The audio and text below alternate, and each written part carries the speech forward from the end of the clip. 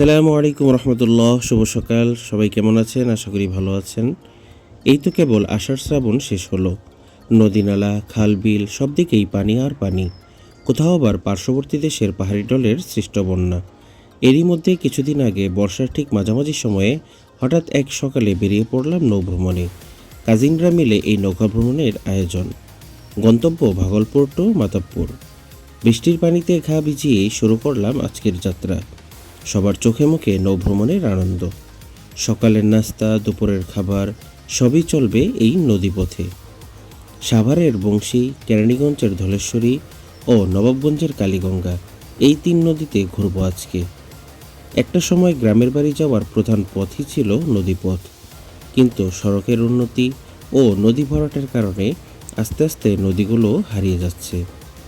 এক বর্ষার সিজন ব্যতীত আর নদীগুলোতে খুব একটা ভ্রমণের সুযোগও হয় না। নদী ও নদীর আশপাশের নীরব পরিবেশ দেখতে দেখতে ভ্রমণ করতে বেশ ভালোই লাগছিল। গল্প, আড্ডা, খেলা, খাওয়া, বিনোদন সবই চলছে ঠিকঠাক মতো। নদীতে চলাচলকারী বাল্কহেডগুলোর তুলনায় আমাদের বোটকে ডিঙ্গি নৌকা মনে হচ্ছিল। ঘণ্টাখানিক ভ্রমণ করার পরে পৌঁছে গেলাম আমাদের আজকের গন্তব্য নিজ গ্রাম মাতাবপুরে। নিজ গ্রামের মাটিতে পা রাখতে আলাদা এক ভালো লাগা কাজ করছিল। কতজনের সাথেই দেখা সাক্ষাৎ হলো। বিভিন্ন বাসাবাড়ি থেকে ডাক আসছিল যেন তাদের ঘরে কিছু সময় আমরা অবস্থান করি, মেহমানদারি গ্রহণ করি। এটাই আসলে প্রকৃত বাংলা, এটাই বাংলার গ্রাম ও গ্রামের মানুষের পরিচয়। নদীপথে নৌকা ভ্রমণ করে নিজ গ্রামে আসায় কিছু সময়ের জন্য মনে হচ্ছিল যে সেন্ট মার্টিন এসেছি, এবং বাড়িটিকেও রিসোর্ট বা কটেজ মনে হচ্ছিল, কারণ আশপাশের পরিবেশটাই এত সুন্দর যে এমনটা মনে হওয়াই স্বাভাবিক।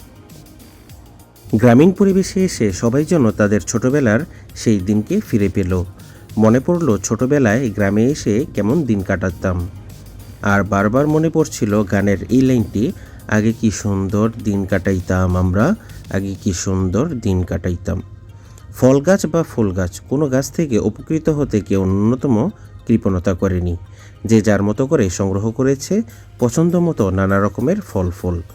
সবচেয়ে মজার দৃশ্য ছিল এটি, ফুফতো ভাইয়ের মাল্টা বাগানে মাল্টা সংগ্রহ করার প্রতিযোগিতায় মেতে উঠছিল সবাই। অন্যদিকে ভাবি তিনি আরও বিভিন্ন বাগানে ঘুরিয়ে ঘুরিয়ে বিভিন্ন রকমের ফল জোর করেই দিয়ে দিচ্ছিলেন। এছাড়া গ্রামের আরও অন্যান্য আত্মীয় অনাত্মীয় সবারই আপ্যায়ন ভালোবাসা ছিল অসাধারণ।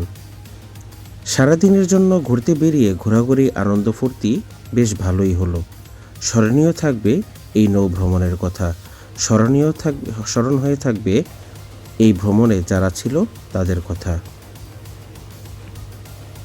নৌকা ভ্রমণের এই দিনটি বেশ ভালোই কাটলো। খুব আনন্দ ফুর্তি হলো, মজা হলো। তবে এখন বাসায় ফেরার পালা। আজকের মতো এখানেই বিদায় নিচ্ছি। সবাই ভালো থাকুন, সুস্থ থাকুন, আমাদের ভিডিওগুলো দেখতে থাকুন, লাইক দিন, শেয়ার দিন এবং কমেন্ট বক্সে আপনারা আপনাদের মূল্যবান মতামত জানাবেন। আজ এখানে বিদায় নিচ্ছি। আসসালামু আলাইকুম রহমতুল্লাহ।